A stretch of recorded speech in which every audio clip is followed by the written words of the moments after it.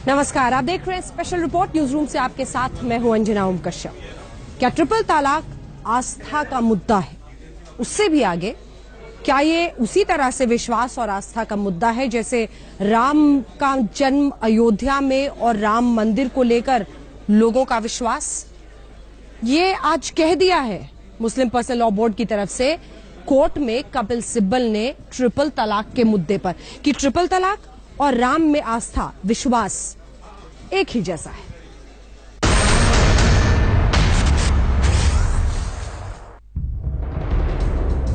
Supreme court में 3 तलाक पर सुनवाई के दौरान बहस एक नई मोड़ पर ही मुड़ गई। मुस्लिम पर्सनल लॉ बोर्ड की तरफ से पैरवी करने उतरे वकील कपिल सिब्बल ने 3 तलाक को आस्था का रंग दे दिया और इसकी तुलना अयोध्या में श्री राम के जन्म से कर डाली। कपिल सिब्बल ने अदालत में कहा, मान लीजिए मेरी आस्था राम में है और मेरा ये मानना है कि राम अयोध्या में पैदा हुए। अगर राम को लेकर आस्था पर सवाल नहीं उठाए जा सकते तो 3 तलाक पर क्यों? ये सारा मामला आस्था से जुड़ा है। उनका ये कहना था कि जो मजहब के तमाम मामलात हैं, इसका ताल्लुक आदमी के ईमान से यानी बिलीफ से भी है और प्रैक्टिस से भी है।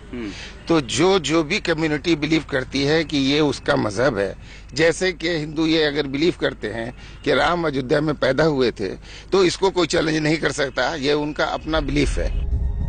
सिब्बल ने दलील दी कि संविधान सभी धर्मों के पर्सनल लॉ को पहचान देता है। कपिल सिब्बल अपनी दलीलों से साबित करने में लगे रहे कि तलाक आस्था का मामला है और इसे संवैधानिक मान्यताओं से दूर रखा जाना चाहिए। सिब्बल ने अदालत में कहा, 3 तलाक 1400 साल पुरानी प्रथा है और ये स्वीकार की गई है। ये मामला आस्था से जुड़ा है जो 1400 साल से चल रहा है, तो ये गैर इस्लामिक कैसे है? हम इसे असंवैधानिक बताने वाले कौन होते हैं? 3 तलाक पर संवैधानिक नैतिकता लागू नहीं होती। पर्सनल लॉ कुरान और हदीस से आया है। क्या कोर्ट कुरान में लिखे लाखों शब्दों की व्याख्या करेगा? सिब्बल की दलील पर संविधान पीठ के जस्टिस आरिफ नरीमन ने उनसे पूछा, क्या आप ये कहना चाहते हैं कि हमें इस मामले पर सुनवाई नहीं करनी चाहिए? जवाब में सिब्बल ने कहा, हाँ, आपको नहीं करनी चाहिए। बहस के दौरान जस्टिस कुरियन ने कपिल सिब्बल से पूछा, पवित्र कुरान में पहले से ही तलाक की प्रक्रिया बताई गई है, तो फिर तलाक की क्या जरूरत? जब कुरान में 3 तलाक का कोई जिक्र ही नहीं तो ये आया कहाँ से? इस पर कपिल सिब्बल ने कहा, कुरान में 3 तलाक का जिक्र नहीं है, लेकिन कहा गया है कि अल्लाह के मैसेंजर की बात मानो। अल्लाह के मैसेंजर और उनके साथियों से 3 तलाक की प्रथा शुरू हुई। नटशेल में आर्गुमेंट यह है कि फेथ का मैटर है। उसी मजहब को ये तय करना है कि हमारे मजहब के एसेंशियल पार्ट्स क्या हैं, और वो सिब्बल साहब अपनी तरफ से नहीं करें। सन 54 में 7 जज कह चुके हैं। 3 तलाक पर सुप्रीम कोर्ट में बहस अहम मोड़ पर पहुंच गई है। केंद्र सरकार जहां 3 तलाक को मुस्लिम महिलाओं के मौलिक अधिकारों का हनन बताते हुए अपना पक्ष रख रही है, वहीं मुस्लिम पर्सनल लॉ बोर्ड केंद्र की दलील को खारिज कर रहा है। मुस्लिम पर्सनल लॉ बोर्ड ने कोर्ट में दलील दी कि 3 तलाक को मुस्लिम समाज में कतई अच्छा नहीं माना जाता, लेकिन अगर कोई 3 तलाक देता है तो तलाक फिर भी हो जाता है और ये आस्था से जुड़ा हुआ मामला है, इसलिए कोर्ट को इसमें दखल नहीं देनी चाहिए। कैमरामैन धर्मेंद्र के साथ अहमद अजीम, दिल्ली आज तक। इसी मुद्दे पर आज हमने अपनी बहस हल्ला बोल में 2 ऐसे लोगों को आमने सामने किया जो वकील भी हैं और जबरदस्त डिबेटर भी हैं। असदुद्दीन ओवैसी वर्सेस सुब्रमण्यम स्वामी। इसी मुद्दे पर देखिए।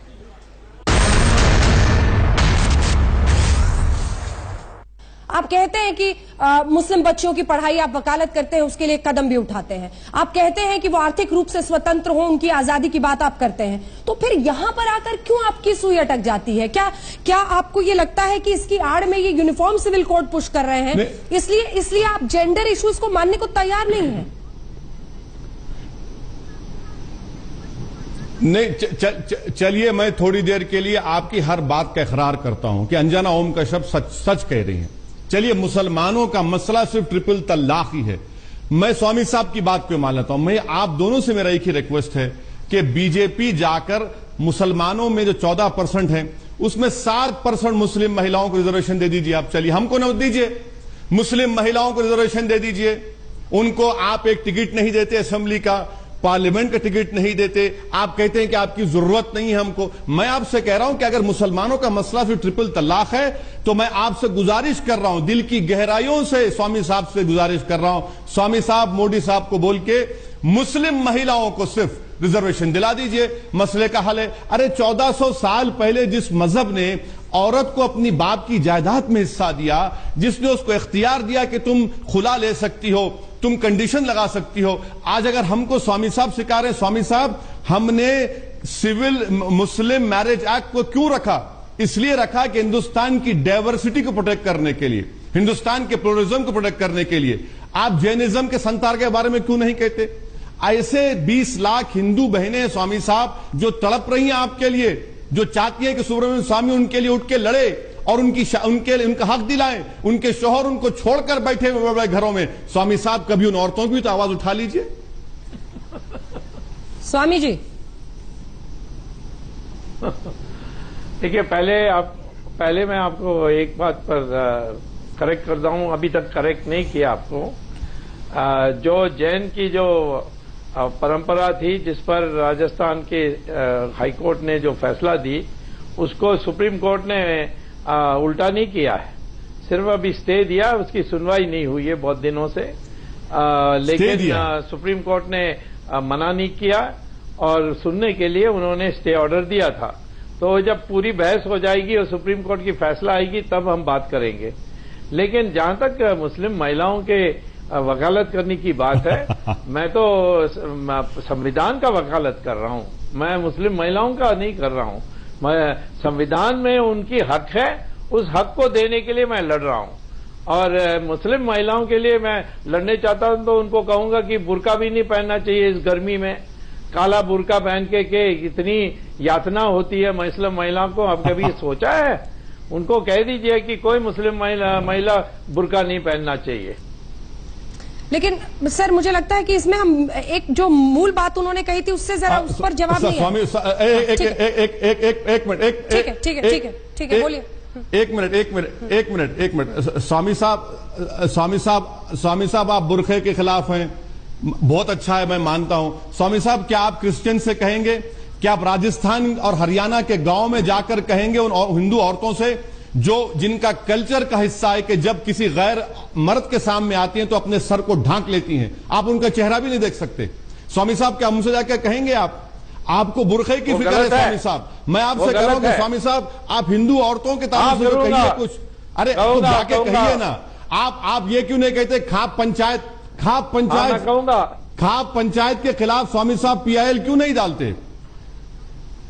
स्वामी साहब, आप कह रहे हैं मगर आप डालते नहीं हैं। आपको मालूम होना चाहिए कि गुजरात हो या महाराष्ट्र हो, वहां पर 20 लाख हिंदू औरतें अबैंडन है। हाँ, मैंने तो सबरीमले में महिलाओं को हक है जाने के लिए, महीने में कोई भी दिन हो उसके लिए लड़कर करके दिया, वो आप भूल गए। और मैं हरियाणा जा रहा हूं 22 तारीख को, महिलाओं के लिए मैं वहां बोलने वाला हूं। ठीक है, एक बार स्वामी जी मुझे लगता है कि उस सवाल पर भी आपको जवाब देना स्वामी साहब, बड़ी न्यूज बनेगी आज तक पे। एक बार वो जो अब कह रहे थे कि महिलाओं को, मुस्लिम महिलाओं को प्रतिनिधित्व, अब यूपी में चुनाव हुए सर, आपने मुस्लिम को टिकट ही नहीं दिया। वही संविधान तो सभी के प्रतिनिधित्व की भी बात करता है। तो अगर वाकई उनकी चिंता है तो ये वाले मुद्दे पर कहीं ना कहीं बीजेपी बिल्कुल ही फिसलती दिखती है। हम तो नहीं, हमने कोई कोटा पर नहीं दिया। हमारे वहां बहुत तमिल लोग हैं, उनको भी टिकट नहीं दिया। ये तो कोई बात नहीं है कि वहां सबको हमें प्रतिनिधित्व के लिए मौका देना। वो अप्लाई करेंगे तो जरूर हम उनको काबिल लोगों को मिलेंगे तो हम दे देंगे टिकट। हम किसी को ब्राह्मण और क्षत्रिय इसको देखकर नहीं वोट देते। और सारे लोग हमें वोट देते हैं, जो भी हिंदू हैं सबने वोट दिया हमें, और मुसलमान महिलाओं ने भी हमें वोट दिया। मुस्लिम महिलाओं ने भी बीजेपी को वोट दिया। ओवैसी जी, हाँ, नहीं, मुस्लिम महिलाओं ने वोट दिया और आपने टिकट नहीं दिया। मुस्लिम महिलाओं ने आपको सब दिया, आप रिजर्वेशन नहीं देना चाहते। मुस्लिम महिलाओं ने आपको वोट दिया और आप कह रहे हैं कि बुर्का निकाल दो और बिकनी पहन लो। स्वामी साहब, आपके बोलने में और करने में तजाद है, हिपोक्रेसी है। नहीं, आपके पास कितने ब्राह्मण MLA हैं, कितने ब्राह्मण ठाकुर MP हैं? सुनिए स्वामी साहब, सुनिए ना। अरे सच्चाई कड़वी लगती है स्वामी साहब। आप तो ब्राह्मण हैं, आपको फाइनेंस मिनिस्टर नहीं बना रहे हैं। क्यों नहीं बना रहे हैं बताइए आप? क्या वो भी उसमें ताल्लुक है क्या कुछ उसका? तो ये सब चीजें स्वामी साहब, अगर आप अखबार उठाकर पढ़ लेंगे हिंदुस्तान का, तो शादी का जो रिश्तों का आता है उसमें तो कास्ट है, कास्ट तो है हिंदुस्तान में, रियलिटी है। महात्मा गांधी के ताल्लुक से कुछ कास्ट का नाम लेकर कहा गया। ये मैं यही तो कह रहा हूं कि हिंदुस्तान की डाइवर्सिटी को बीजेपी एक्सेप्ट करना नहीं चाहती। बीजेपी हिंदुस्तान को हिंदू राष्ट्र बनाना चाहती है। बीजेपी हिंदुस्तान में सिर्फ हिंदू कल्चर को बर्दाश्त कर सकती है, किसी और कल्चर को बर्दाश्त नहीं कर सकती। स्वामी साहब सुनिए, जालीकट्टू के बारे में आपकी क्या राय है? जालीकट्टू के बारे में आपकी क्या राय है? क्या मोदी सरकार, क्या मिस्टर स्वामी सुप्रीम कोर्ट जाकर कहेंगे कि संतारा पर बैन लगाइए? चलिए स्वामी साहब आप चले जाइए, आप कपिल सिब्बल से बड़े लॉयर हैं और मुझे डर होता है जब आप कोर्ट को जाते हैं। स्पेशल रिपोर्ट में न्यूज रूम से एक बार फिर आपका स्वागत है। लालू प्रसाद यादव फंस गए हैं, वो भी 1000 करोड़ के मामले में फंसे हैं। बेनामी प्रॉपर्टी का इस बार मुद्दा है, कई जगहों पर पड़े हैं छापे, देखिए।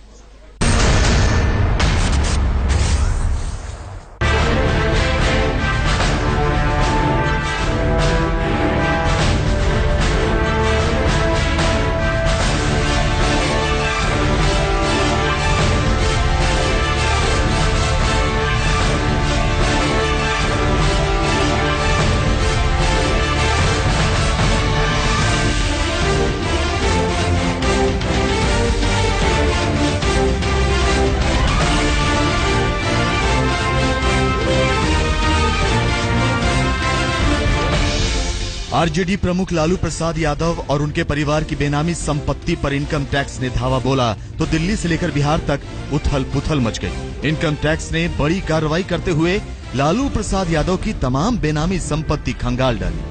लालू प्रसाद यादव के दिल्ली और गुड़गांव में पूरे 22 ठिकानों पर छापेमारी की गई। जानकारी के मुताबिक ये छापेमारी जमीनी सौदों को लेकर हुई धांधलेबाजी में हुई। लालू प्रसाद यादव पर आरोप है कि उन्होंने 1000 करोड़ की जमीन का बेनामी सौदा किया है। घड़ी में सुबह के करीब 8 बजते ही इनकम टैक्स विभाग ने अपनी कार्रवाई शुरू की तो जांच दिल्ली से लेकर गुड़गांव और रेवाड़ी तक पहुंच गई और कुछ जाने माने कारोबारियों, रियल एस्टेट एजेंटों के परिसरों में भी रेड डाली गई। आज तक की टीम भी लालू और उनके परिवार पर लगे बेनामी संपत्ति के आरोपों को खंगालने निकली। सबसे पहले आज तक के रिपोर्टर आनंद दिल्ली की न्यू फ्रेंड्स कॉलोनी में पहुंचे। राष्ट्रीय जनता दल के प्रमुख लालू प्रसाद यादव और उनके परिवार के खिलाफ 22 ठिकानों पर इनकम टैक्स की रेड चल रही है दिल्ली और गुड़गांव में, और एक रेड यहां भी न्यू फ्रेंड्स कॉलोनी के प्लॉट नंबर D1088 पर भी चल रही है। यहां पे सुबह से ही इनकम टैक्स डिपार्टमेंट के अधिकारी और दिल्ली पुलिस के कर्मी मौजूद हैं और ये आप देख सकते हैं तीन मंजिला भव्य रिहायशी इमारत बन रही है इस प्लॉट पर। अभी ये अंडर कंस्ट्रक्शन है और जो जानकारी है उसके मुताबिक लालू प्रसाद यादव जब केंद्रीय मंत्री थे यूपीए सरकार में, तब उन्हें ये प्लॉट बतौर गिफ्ट मिला था और उनके जो बेटे हैं तेजस्वी प्रसाद यादव और उनकी बेटी चंदा यादव, दोनों AB एक्सपोर्ट्स नाम की कंपनी है जिसमें डायरेक्टर हैं, जो इस रिहायशी इमारत के मालिक बताए जाते हैं। बीजेपी ने करीब 1000 करोड़ की बेनामी प्रॉपर्टीज का हवाला देते हुए लालू प्रसाद यादव पे भ्रष्टाचार का आरोप लगाया था और अब इनकम टैक्स डिपार्टमेंट इस पूरे मामले की जांच कर रही है। लालू के परिवार का दिल्ली की न्यू फ्रेंड्स कॉलोनी में ये मकान 800 वर्ग मीटर में बना है। इस मकान को उस वक्त 5 करोड़ में खरीदा गया था, जो अब तकरीबन 50 करोड़ से ऊपर का है। चलिए अब आपको ये भी बता देते हैं कि ये मकान खरीदा कैसे गया था और क्यों विवाद हो रहा है। फ्रेंड्स कॉलोनी में हूँ और ये दिल्ली का एक बेहद पॉश इलाका है और मेरे ठीक पीछे D1088 इस प्लॉट पे जो ये कोठी बनी हुई है, तिमंजिला आप देख सकते हैं ये कोठी बनी है और पिछले 2 साल से इसमें काम चल रहा था। पहले यहाँ पे एक बंगला होता था जो 2008 में AB एक्सपोर्ट्स नाम की कंपनी ने खरीदा था और AB एक्सपोर्ट्स में तब मालिक होते थे अशोक कुमार बंथिया और उनकी पत्नी संगीता बंथिया। लेकिन 2010 से 2014 के बीच इस कंपनी के सारे शेयर्स तेजस्वी प्रसाद यादव और चंदा यादव, जो बेटा और बेटी हैं लालू प्रसाद यादव के, उनको ट्रांसफर किया गया था।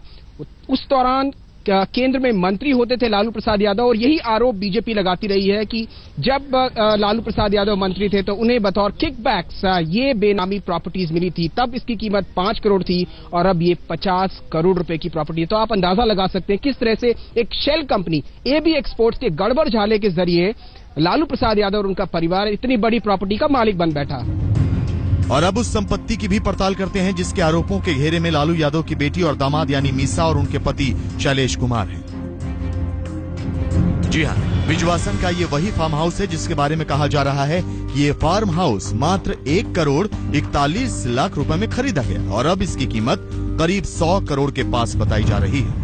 मैं उस जगह पे मौजूद हूँ ब्रजवासन में जहाँ पर लालू जी का फार्म हाउस है। ये उनकी जो बेटी है मीसा यादव उनका बताया जा रहा है, उनके जो दामाद हैं उन दोनों का बताया जा रहा है। और यहाँ पर जो आसपास के लोग हैं उनसे जब हम तहकीकात करते हैं, उनसे पूछते हैं, अच्छा ये जो है फार्म हाउस किसका है? लालू के दामाद का। अच्छा, हाँ जी। तो कितने दिनों से आप जानते हैं? मैं इनको कम से कम 7 साल से जानता हूँ। वहाँ यहाँ पर जो है आसपास के इलाकों में वो आते जाते रहते हैं? हाँ आते हैं सर। अच्छा, हाँ। आप पहचानते हैं उनको? खूब जानते हैं, खेती में जोतता हूँ, मैं ट्रैक्टर चलाता हूँ। अच्छा, अंदर ट्रैक्टर चलाते हैं आप। तो यहाँ क्या क्या उगाया जाता है? यही सब्जी वब्जी उगाई जाती है और कुछ ना। तो यहाँ पर जो सामने सज्जन मौजूद हैं जो बता रहे हैं कि वो यहाँ पर ट्रैक्टर चलाते हैं, अब ये जो कह रहे हैं अगर उस बात पर भरोसा किया जाए तो हाँ, लालू जी के जो दामाद हैं वो यहाँ आते जाते हैं। और यहाँ पर आप देख सकते हैं इस चीज को अभी ताजा ताजा मिटाया गया है, ऐसा कहा जा सकता है, क्योंकि पूरी सफेदी पोती गई है जिससे ये एड्रेस ना पता चले। तो जिस तरीके से मामला हाईलाइट हुआ, हम कह सकते हैं उसके बाद यहाँ पर थोड़ा सा ये कोशिश की गई कि इसको जो है लोग आसपास के ना जान पाए और जो बाहर का आदमी है वो भी ना जान पाए। और इस जगह की अगर हम बात करें तो ये पॉश इलाका है, काफी महंगी जमीनें हैं, यहाँ पर बड़े बड़े फार्म हाउस हैं। पिछले हफ्ते ही बीजेपी ने लालू प्रसाद यादव, उनकी बेटी मीसा भारती और उनके दोनों बेटों पर तकरीबन 1000 करोड़ रुपए के भ्रष्ट भूमि सौदों में शामिल होने का आरोप लगाया था और केंद्र सरकार से दिल्ली में हुए ऐसे ही एक सौदे की जांच की मांग की थी। लालू प्रसाद यादव और उनके परिवार पर इस बेनामी प्रहार ने बढ़ती गर्मी में सियासत का पारा भी बढ़ा दिया है। पटना में लालू यादव के घर के सामने सन्नाटा पसरा है और दिल्ली में 1000 करोड़ की संपत्ति पर लालू के परिवार को घेरा जा रहा है। आनंद पटेल और सिद्धार्थ के साथ हिमांशु मिश्रा, दिल्ली आज तक। क्या लालू के मॉल की मिट्टी में घोटाले का रंग है? ये तमाम ऐसे आरोप हैं जो सुशील मोदी लगातार लगा रहे हैं लालू प्रसाद यादव पर। सुशील मोदी के 9 प्रहार कैसे लालू के बेटे बेटियों पर लगा रहे हैं आरोप, देखिए। आधे दर्जन से ज्यादा कंपनियों के बारे में हम लोगों ने खुलासा किया है। 42,33,000 का एक मकान खरीदा जाता है, 23 करोड़ का लोन दिया, 8,000 करोड़ के मनी लॉन्ड्रिंग, 50 करोड़ से ज्यादा। बीजेपी नेता सुशील कुमार मोदी लालू यादव पर आरोपों की बौछार कर रहे हैं तो बेफिक्र लालू कहते हैं कि बेल पक भी जाए तो कौवे के बाप का क्या जाता है। मतलब अगर कोई उन्हें मुफ्त में जमीन देता भी है तो किसी का क्या जाता है, क्या जाता है क्या नहीं, ये तो वक्त बताएगा। फिलहाल आरजेडी सुप्रीमो लालू प्रसाद यादव की मुश्किलों में इजाफा होता ही जा रहा है। जिन मुश्किलों की बरसात सुशील मोदी ने मिट्टी घोटाले से की थी, फिर एक के बाद एक घोटालों के आरोप लगाते गए, बेनामी संपत्ति इकट्ठा करने के आरोप तक मरते चले। और अब तो खैर इनकम टैक्स डिपार्टमेंट ने छापे मारने भी शुरू कर दिए। देखिए सुशील कुमार मोदी के लालू और उनके परिवार पर लगाए गए गंभीर आरोप। लालू प्रसाद यादव के बेटे और बिहार के वन मंत्री तेज प्रताप यादव ने निर्माणाधीन पारिवारिक मॉल की मिट्टी पटना के चिड़ियाघर को 90 लाख में बेची। दूसरा आरोप, रेल मंत्री रहते हुए लालू ने साल 2005 में रेलवे के रांची और पुरी स्थित 2 होटल बिजनेसमैन हर्ष कोचर को बेचने में मदद की। बदले में कोचर ने लालू को पटना में 2 एकड़ जमीन दी जिस पर मॉल बनाया जा रहा है, जिसकी मौजूदा कीमत 500 करोड़ है। तीसरा आरोप, जिस डेलाइट मार्केटिंग कंपनी ने पटना स्थित जमीन का अधिग्रहण किया उसमें लालू की बेटी चंदा यादव बोर्ड ऑफ डायरेक्टर में तो शामिल ही थी। उन्होंने सरकारी दस्तावेज में पता एक अन्य मार्ग यानी मुख्यमंत्री आवास का दिया। चौथा आरोप, राबड़ी देवी के शासनकाल में एके इन्फो सिस्टम्स के मालिक ओम प्रकाश कात्याल ने पटना में शराब की फैक्ट्री खोलने के एवज में लालू यादव और उनके परिवार के नाम कई एकड़ जमीन दी। लालू के परिवार का रेल मंत्री रहते जो ब्लैक मनी अर्जित किया लालू यादव ने, जो चारा घोटाले का पैसा है वही काला धन सुरेंद्र जैन के माध्यम से लौट कर कंपनी में आ गया और उसी पैसे से और ये जमीन खरीदी जाती है। आज इस जमीन की कीमत 50 करोड़ रुपए से ज्यादा है। क्या मतलब, गलत हुआ है तब ना, कोई चीज गलत होगा तब ना। कोई चीज गलत हुआ ही नहीं है तो उस पे क्यों आप लोगों को वो करना। देखिए, आप लोग एक चीज जान जाइए, हमारे पार्टी द्वारा जितने आरोप लगाए हैं, किसी ने एक सवाल पूछा सुशील मोदी जी से? कौन सच्चा है कौन झूठा? सुशील कुमार मोदी के आरोप बेबुनियाद हैं या लालू की राजनीति पर लगे ये कुछ और नए दाग हैं? इसका पता तो जांच के बाद ही चल पाएगा। लेकिन आरोपों की फहरिस्त लंबी होती जा रही है, जिसकी जद में लालू के साथ साथ उनके दोनों बेटे और बेटियां तक आ गई हैं। सुशील कुमार मोदी के लगाए ताजा आरोप के मुताबिक पांचवा आरोप, लालू के बड़े बेटे तेज प्रताप ने 20 साल की उम्र में औरंगाबाद स्थित करीब 20,000 स्क्वायर फीट जमीन 54 लाख रुपए में खरीदी, जिसकी जानकारी 2015 के चुनाव में निर्वाचन आयोग को नहीं दी। छठा आरोप, लालू के छोटे बेटे और बिहार के उप मुख्यमंत्री तेजस्वी यादव ने शेल कंपनी एबी एक्सपोर्ट्स के नाम से दिल्ली में 115 करोड़ की प्रॉपर्टी गलत तरीके से खरीदी। सातवां आरोप, साल 2005 में मंत्री पद के लिए आरजेडी नेत्री कांति सिंह ने पटना स्थित करोड़ों की जमीन और एक 3 मंजिला इमारत लालू यादव के दोनों बेटों के नाम की। आठवां आरोप, आरजेडी नेता रघुनाथ झा ने यूपीए 1 में मंत्री पद के लिए लालू यादव को गोपालगंज स्थित जमीन और 3 मंजिला मकान दी, जिसकी कीमत आज करीब 15 करोड़ रुपए। नौवां आरोप, लालू की बेटी मीसा भारती ने दिल्ली स्थित 2 बड़े फार्म हाउस, जिसकी अनुमानित कीमत 100 करोड़ रुपए है, उसे महज 1 करोड़ 41 लाख रुपए में खरीदा। मीसा भारती ने 1998 में स्थापित इस कंपनी को मात्र 1 लाख रुपए में खरीद लिया और श्री विवेक नागपाल और उनकी पत्नी आरती नागपाल, जो इस कंपनी की प्रमोटर थे, इन लोगों ने पूरी की पूरी कंपनी को दिल्ली की करोड़ों की जमीन के साथ लालू के परिवार को सौंप दिया। बीजेपी नेता सुशील कुमार मोदी की माने तो उनके पास पुख्ता सबूत हैं। केंद्र और राज्य सरकार इस मामले की जांच कर उचित कार्रवाई करेगी तो पता चलेगा कि सच क्या है। आज तक ब्यूरो। लेकिन लालू प्रसाद यादव को जो जानता है सब कुछ समझता है। बेनामी प्रहार पर खूब जोर से गरजे लालू, और भी जोर शोर से आए सामने और कहा, मैं किसी से डरने वाला नहीं हूं, इस गीदड़ भभकी को किसी और के आगे रखो।